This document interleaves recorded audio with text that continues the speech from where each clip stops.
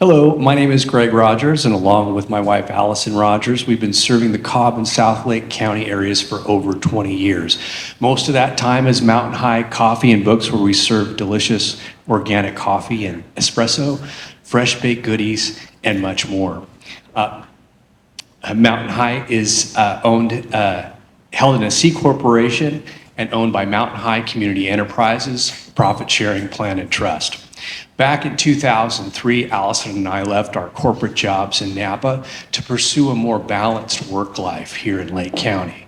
We really didn't know what we were going to do for work, but we knew that it was going to be based in our community.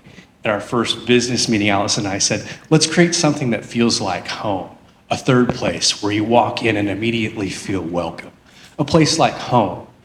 We feel that this focus is a very special feature of what makes our customers feel at home and why they keep coming back. On this philosophy, a home away from home, Lake County residents have made Mountain High a destination, and so have residents from outside of Lake County. We truly are a home away from home. So for us, this started with obviously a deep breath, a giant leap of faith, and knowing exactly what we're meant to do.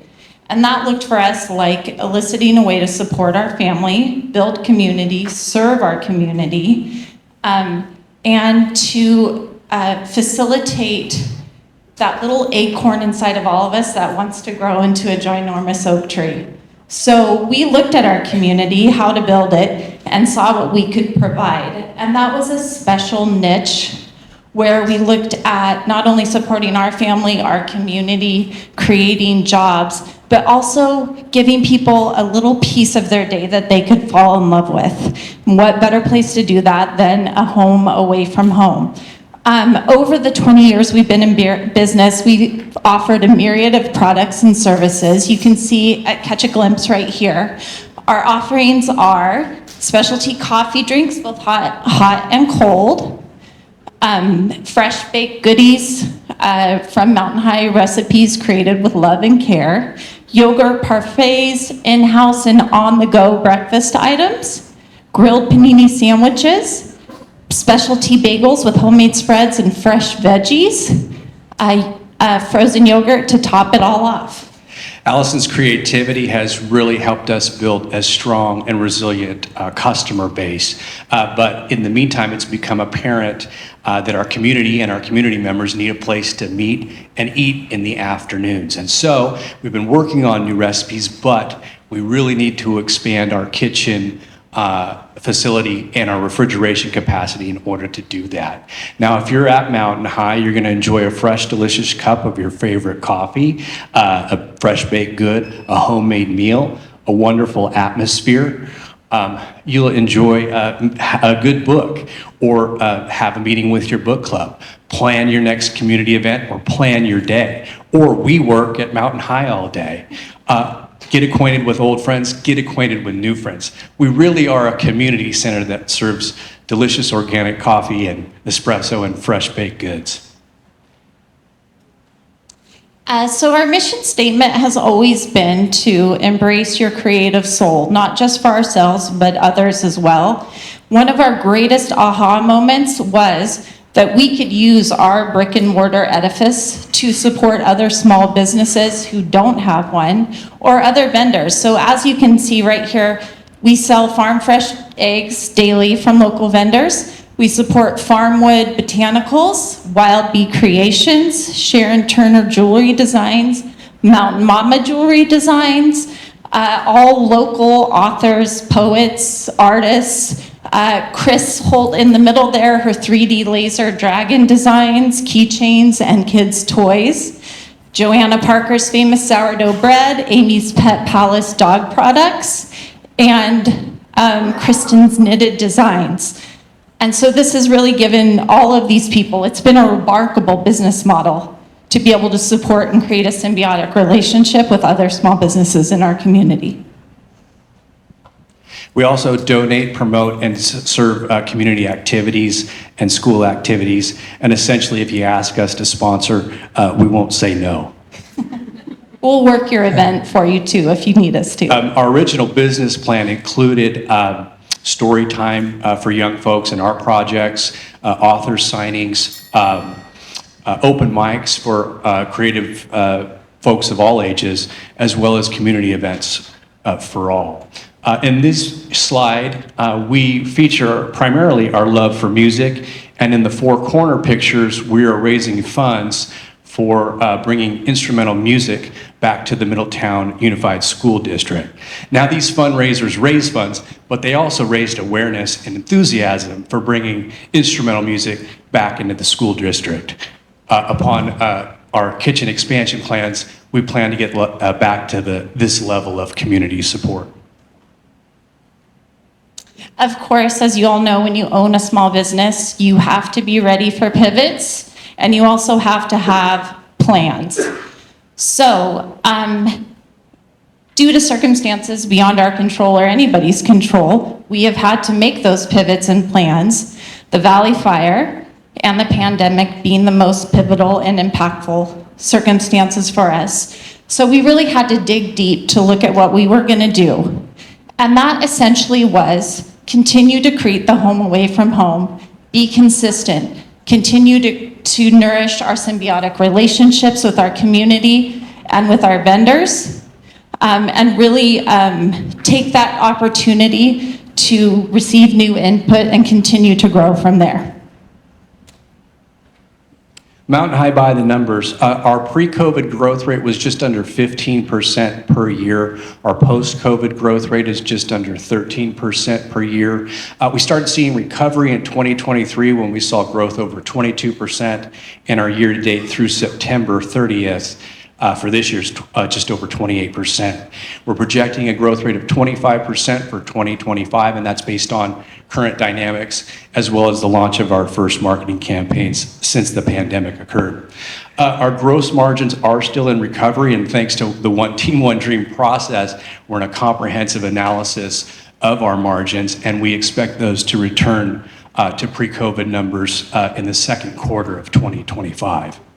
Our retention rate before COVID, 4.5 years, that dropped to 4.5 months during the pandemic. It's now back up to 2.5 years and growing. As far as One Team, One Dream funds go, our number one goal is to return to full employment team. We have always looked to create jobs and provide the opportunity for people who are just entering the workforce. We provide a nurturing family atmosphere in which to work, a strong set of skills, strong work ethic, and over time we have helped our employees buy homes, build and raise their families, and doing that in hopes that they will stay in our community and continue to be dedicated and serve as well. Now, in order to return to full team employment, we must expand our kitchen and our refrigeration capacity because we're just out of room. So we'd like to start with a prep top refrigerator to dedicate to the afternoon's food service, but that will require some kitchen expansion remodel. Next, we'd like to add a walk-in refrigerator that'll help us greatly increase our capacity to serve our growing morning menu as well as the new afternoon food service. Once that installation is complete, some finished work will be required. Finally, we would like to enhance our outdoor seating by building an outdoor arbor for folks eating and meeting and sitting and enjoying the outside. In summary, Mountain High's margins and growth are back on track to pre-COVID numbers. New community needs have been identified and expansion plans are in the works. Those expansion plans will allow us to get back to full team employment and our community will be better served. Full team employment will allow Allison and I to get back to focus on community events and community development, as well as promote the idea that Mountain High, as well as Lake County, is the place to go for things to do. Your home away from home. Thank you. We just want to, if we can, thank all of our sponsors for this unique and gracious experience. And we hope one day to have our logo here on this sponsorship page. So thank you all for being here and for your support.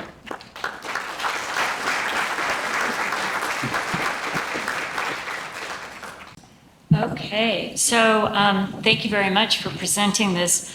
Have you seen, I mean, pivoting from being a bookstore to a food service facility, you're hoping that the food service facility will make up the lost revenues from book? No. We pivoted from books 20 years ago. Yeah, we already made that pivot initially. We started as a bookstore. We were a bookstore for a few months, and then we took over the coffee shop portion 20 years ago. So we've been serving coffee and baked goods in all of the food for 20 years. We're just looking to expand into more of an afternoon fare, and our kitchen facility right now just can't house everything that we would need to expand our menu. So no, we've already made that pivot. So I was a bit confused. That wasn't clear. I couldn't get that in the presentation because of the name of your business and everything. Do people understand with the name of your business that your main profit center is food? Well, coffee is our first word, coffee and books. Yeah. So coffee is your main profit center? Yes. Coffee, actually baked goods are our main profit, and then coffee comes next. So that's something that's just evolved over the past 20 years. But yes, we've always baked, always served food and coffee. And that's going to be happening from your one brick and mortar, or will you be doing off-site catering events, or do you plan on increasing your revenues from on-site business only? On-site business. So we have an afternoon where we don't have a lot of people, and so that's where we're going to draw them in, is to that afternoon.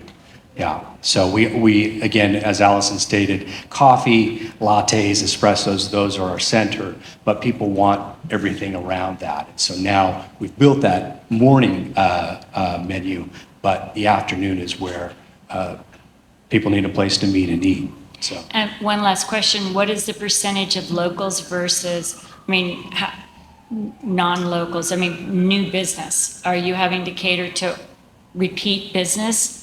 Or what percentage do you have of new business, weekly or monthly? I'd say it's, especially over the last couple of years, kind of 50-50. We have all of our own, local community customers and people who come from around the lake to visit us or use us as a meeting space. But we've also seen a huge influx of people from the Bay Area and surrounding communities that come up. And so I would say, maybe in our first 10 years, we had more seasonal kind of business, and our community business was a little smaller, but our community business has grown exponentially. And then there's also all of the incoming people from other surrounding areas. So it's kind of hit or miss. Not hit or miss, but, balanced in that So way. do you track that? Do you have that like on some software that you're tracking, or can you compare We have the year over capability. year? We haven't looked at it too much. We really haven't done any marketing since the pandemic because, a 4.5 month retention rate's it's just chaotic. You're just constantly training people. So you can't really market things at that point. So yeah, we're just getting to the point where we're starting to market. So you mean retention rate of employees? Yes. Not of customers. Yeah, so we had a 4.5 year retention rate prior to the pandemic. That went to 4.5 months. So again, we were running. And so marketing is really kind of not the focus at that point, but certainly is now that we're in recovery. So. Thank you. Does the growing cost of food, is that concerning for your profit margins? And absolutely. Yeah, it was absolutely devastating through the last couple of years. But again, like I said, with this process, it forced us to focus. And so now we're going through every single item every week. It takes a long time. That's why I'm saying 2025 projected, because we can't even raise prices that fast. We do that, you scare the customer off. So it's an incremental thing. Some things were there already, and some of it is just we need to be more efficient. So again, that comes with training and so forth and getting people on the same page. So yeah, it's definitely a concern, but we're building our margins. We know what the target is. And the other thing we're hearing is from the experts is build in a margin of safety. So that's a... And how about the coffee supplier itself? Is it Where is your coffee Coffee sourced is, from, or the beans, I guess? Yeah, you could say? Taylor Lane Organic Coffee is in Sebastopol and Petaluma, and so they source the beans, and they're great to work with. They're free trade, fair trade, so everybody wins in the process, and they've been our supplier for the entire time. Great. Yeah. So I saw a big focus for the future has to do with a full team of employment. Currently, well, first of all, pre-COVID employment, how many employees did you have before? We had anywhere from 15 to 17 employees. And then currently, how many do you have? We have 5, and that doesn't include us. Okay. And then, so is that what you mean by a full team again? Yeah, being able to go back to our previous employment rate so that we're creating more jobs and creating more afternoon fare and a little bit longer hours will allow us to be able to create that full employment team. Yeah, so prior to the pandemic, we were mostly working on the business. And so the full team does envision replacing us because we're essentially the manager and assistant manager at this point, and that was hired out prior to the pandemic. So yeah, that full team would be those 2 plus 6 to 8 supporting staff for the Cobb store. Do both of you work outside of this business, or does this Yes. business employ you? We do both. We both have another part-time. I'm a school board member and Greg is a mortgage loan officer. So I give away, a discount on a mocha if you buy a mortgage. It's not as loose as you'd like it to be, so I'm working on that. The school board doesn't allow me to give special opportunities, so. Okay.